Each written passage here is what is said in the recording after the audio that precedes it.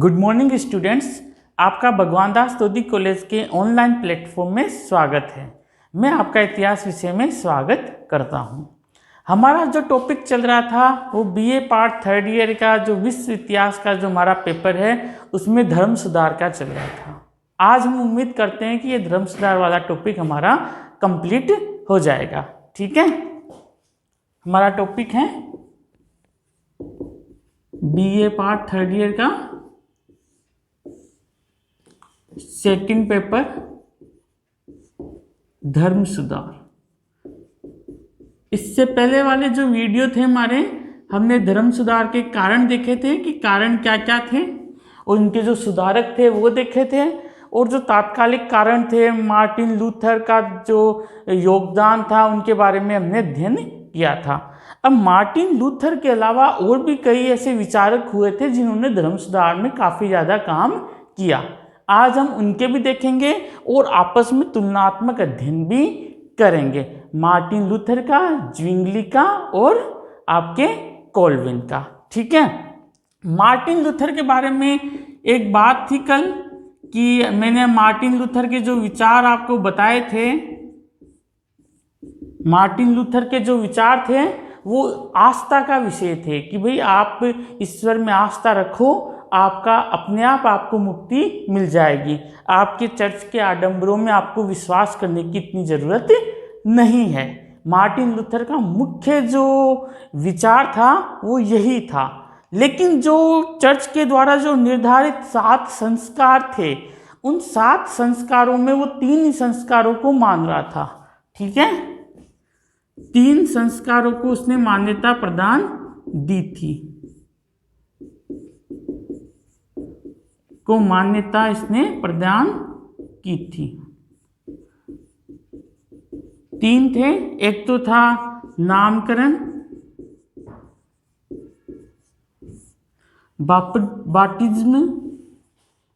बाप्टिज्म, दूसरा था प्रायश्चित, पेनेंस,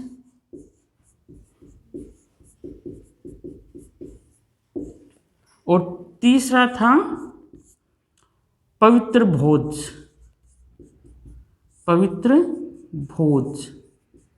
यूखारिस्ट। ये 3 संस्कारों को मार्टिन लूथर ने मान्यता प्रदान की थी। ठीक है, अब हम आगे चलते हैं। मार्टिन लूथर के बाद में कौन सा जो सबसे बड़ा विचारक हुआ था उसकी तरफ हम चलते हैं।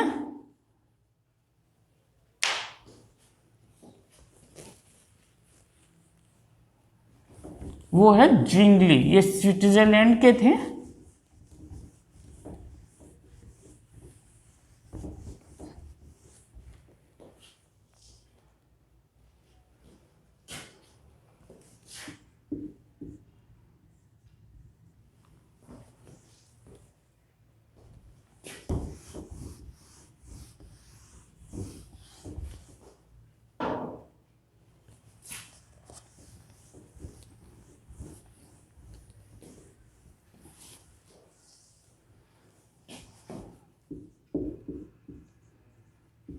ज्विंगली, ठीक है, इनका समय था 1484 से 1531 तक। इन्होंने भी ईश्वर में आस्था का जो मत था उसको स्वीकार किया, चर्च के आडंबरों का इन्होंने विरोध किया, बाइबल की सत्ता स्वीकारी, बाइबल की सत्ता स्वीकारी, बाइबल ही सच्ची पथ प्रदर्शक, बाइबल ही सच्ची पथ प्रदर्शक,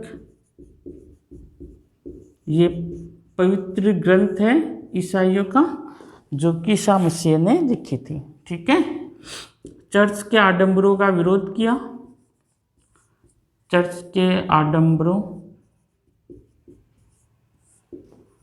का विरोध किया,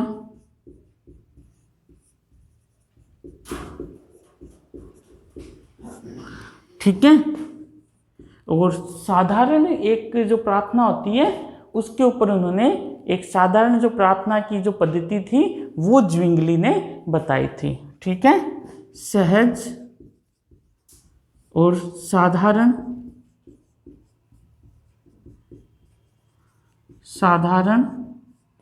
प्रार्थना पद्धति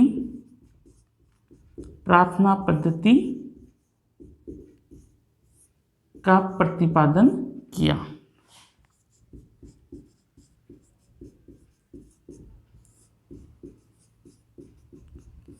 ठीक है, स्विट्जरलैंड के वासी थे।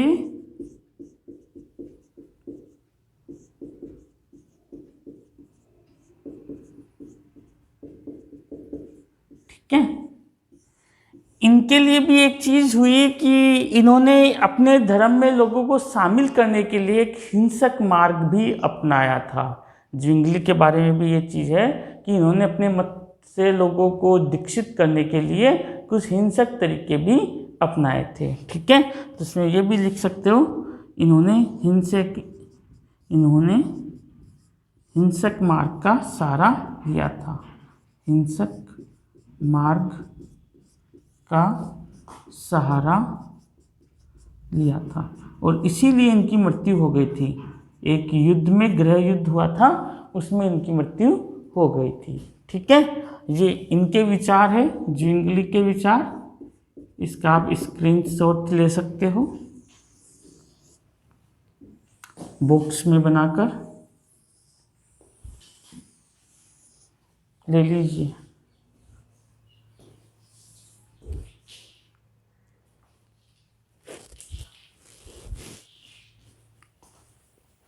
आगे चलते हैं।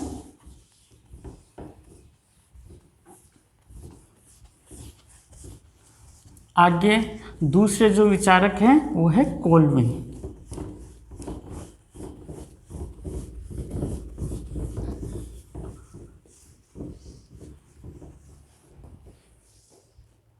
दूसरे विचारक हैं कोल्विन।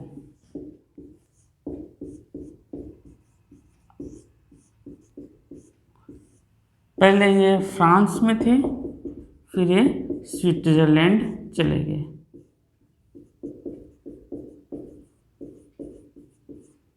और जर्मनी में भी इन्होंने कार्य किया क्योंकि ये लूथर के शिष्य थे,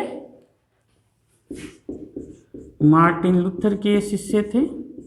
इनका समय था 1509 से 1564 तक। मार्टिन लूथर के शिष्य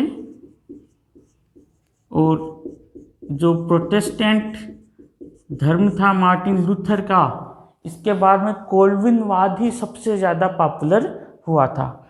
ठीक है, प्रोटेस्टेंट धर्म से दीक्षित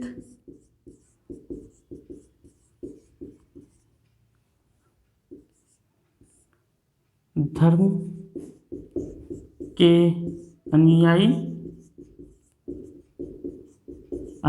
या समर्थक, लेकिन एक अपना खुद का इन्होंने एक धर्म चालू किया था, वो था कोल्विनवाद। ठीक है, कोल्विनवाद। फ्रांस में इनके अनुयायियों को हुगेनोट कहा जाता था।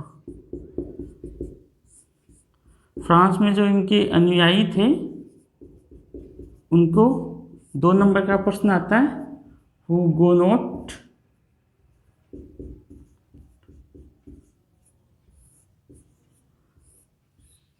कहा जाता था। ठीक है,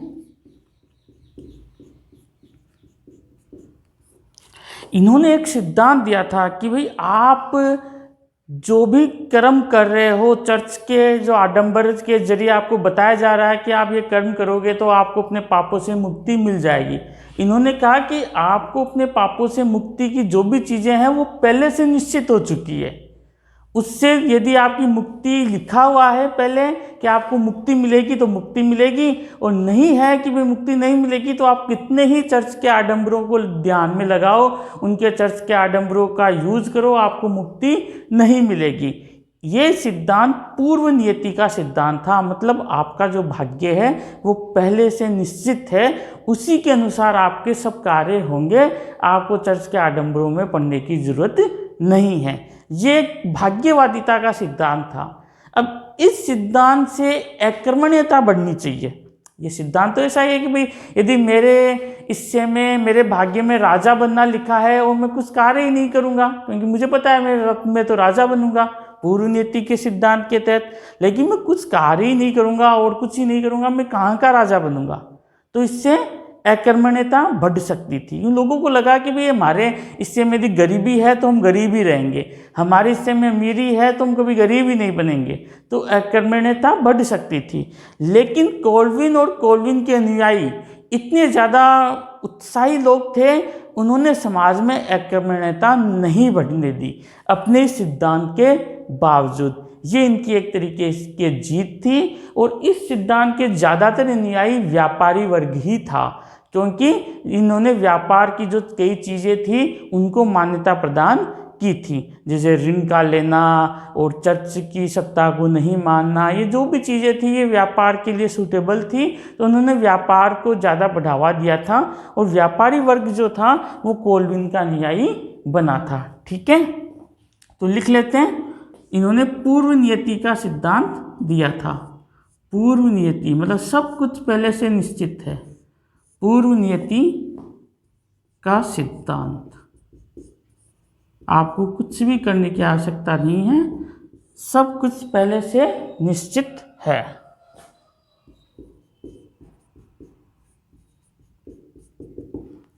इसका मतलब क्या होता है? सब कुछ पहले से निर्धारित है, सब कुछ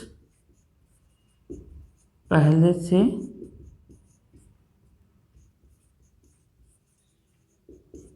निर्धारित है। ठीक है, ये हो गए आपके कोल्विन के विचार।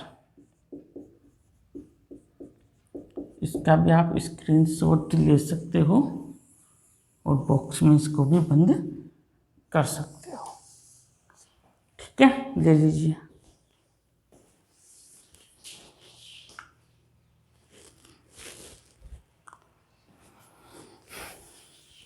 चलो आगे बढ़ते हैं।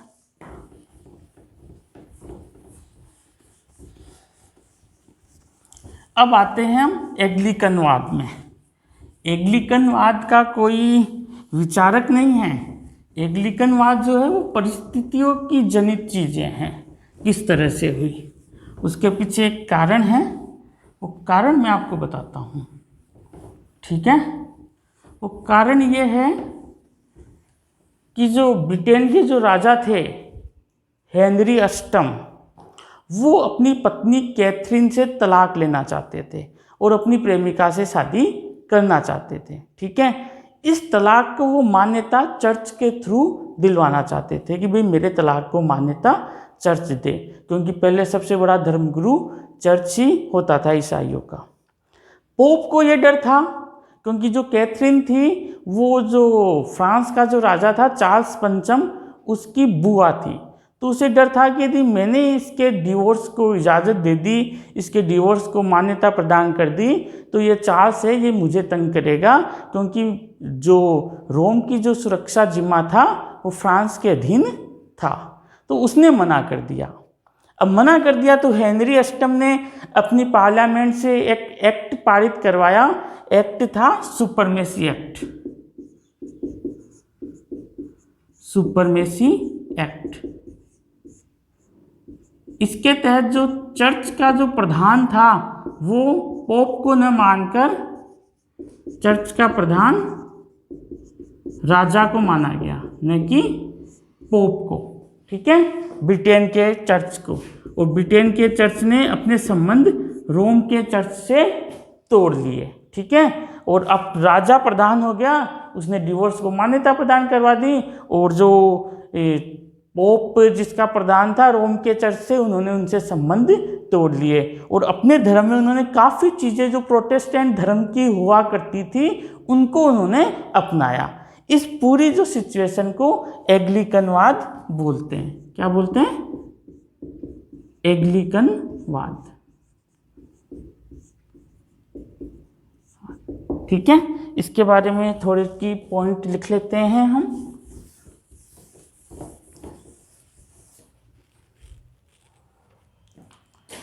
ब्रिटेन के जो राजा हैं, ब्रिटेन के राजा की निजी समस्या की वजह से, निजी समस्या की वजह से ये एंग्लिकनवाद हुआ। ठीक है, क्योंकि वो अपनी वाइफ को डिवोर्स देना चाहता था और पोप जो है वो उसे मान्यता प्रदान नहीं कर रहा था। इसमें रोम के चर्च से संबंध तोड़े गए। एक्ट ऑफ सुपरमेसी पारित किया गया। एक्ट ऑफ सुपरमेसी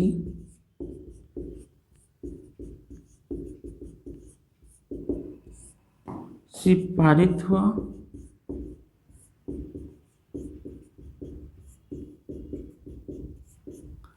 ठीक है, एक्ट ऑफ सुपरमेसी पारित किया गया और चर्च का, ब्रिटेन के चर्च का प्रधान राजा को बनाया गया।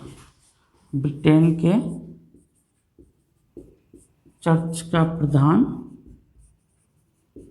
जो है वो राजा को बनाया गया। जो पोप था उसे नहीं बनाया गया। इस एंग्लिकनवाद में ज़्यादातर चीज़ें प्रोटेस्टेंट धर्म की थी। ज़्यादातर बातें प्रोटेस्टेंट धर्म की अपनाई गई। देखो धीरे धीरे पोप की सत्ता खत्म हो रही है। फ्रांस में हो गई, जर्मनी में हो गई, स्विट्जरलैंड में हो गई, ब्रिटेन में हो गई। इसका मतलब पोप की जो सर्वोच्चता है वो धीरे धीरे खत्म हो रही है। एंग्लिकनवाद का आप स्क्रीनशॉट ले सकते हो की पॉइंट के।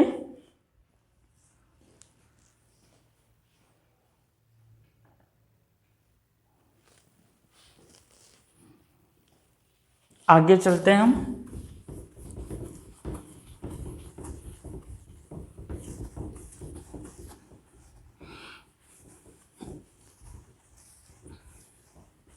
देखो इनमें कुछ अंतर भी है। मेन अंतर जैसे मार्टिन लूथर का जो है, मार्टिन लूथर, ज्विंगली, तो 2 नंबर के आपके नेट की एग्जाम में इसमें काम में आते हैं। Zwingli, Calvin. ठीक है, इसमें मार्टिन लूथर ने जो 3 संस्कार है वो स्वीकार किए। 3 संस्कार स्वीकारे और आस्था के जरिए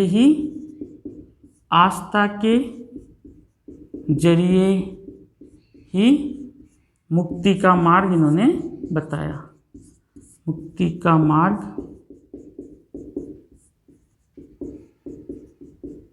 बताया। ठीक है, ज्विंगली जो था यूखारिस्ट के प्रश्न पर सहमत नहीं था। यूखारिस्ट जो पवित्र भोज था, यूखारिस्ट के संबंध में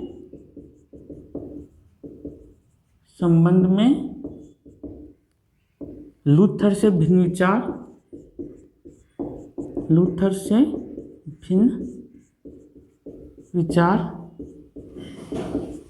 ठीक है, दूसरा सहज और सरल प्रार्थना को इसने अपनाया।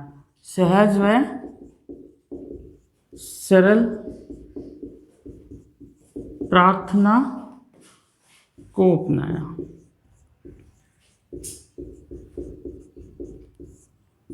ठीक है, कॉल्विन जो था इसने पूर्व नियति के सिद्धांत को अपनाया। पूर्व नियति के सिद्धांत को अपनाया। ठीक है, मेन इन तीनों में ये अंतर है। ठीक है, इनका भी आप स्क्रीनशॉट ले सकते हो बॉक्स में कि जो मेन जो अंतर है वो ये है इनमें।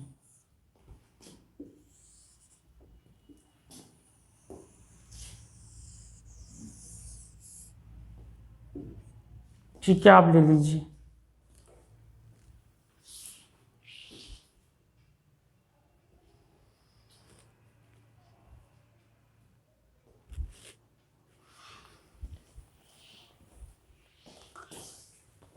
ये हैं हमारे 3 जो धर्म सुधारक हैं, उनमें मुख्य मुख्य बातें हैं।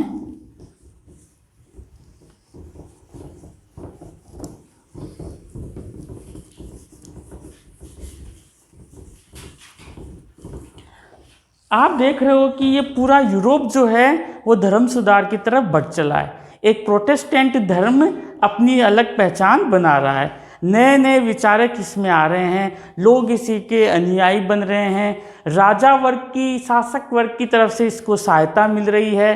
तो इन सब चीज़ें के होने से जो कैथोलिक जो धर्म था उसकी क्या स्थिति हुई, ये सब चीज़ें हुई तो कैथोलिक धर्म ने भी अपने अंदर कुछ सुधार किए। उस जो कैथोलिक धर्म ने जो अपने अंदर जो सुधार किए उन्हें प्रति सुधार आंदोलन कहा गया। उसमें भी इग्नेशियस लोयोला जैसे लोग सामने आए, उन्होंने अलग अलग काम किए। तो ये जो कारण थे अलग अलग हुए वो धर्म सुधार के ही परिणाम थे। यदि धर्म सुधार नहीं होता तो कैथोलिक धर्म में भी सुधार नहीं होते। इनकी चर्चा हम नेक्स्ट वीडियो में आपसे करेंगे। ठीक है, धन्यवाद।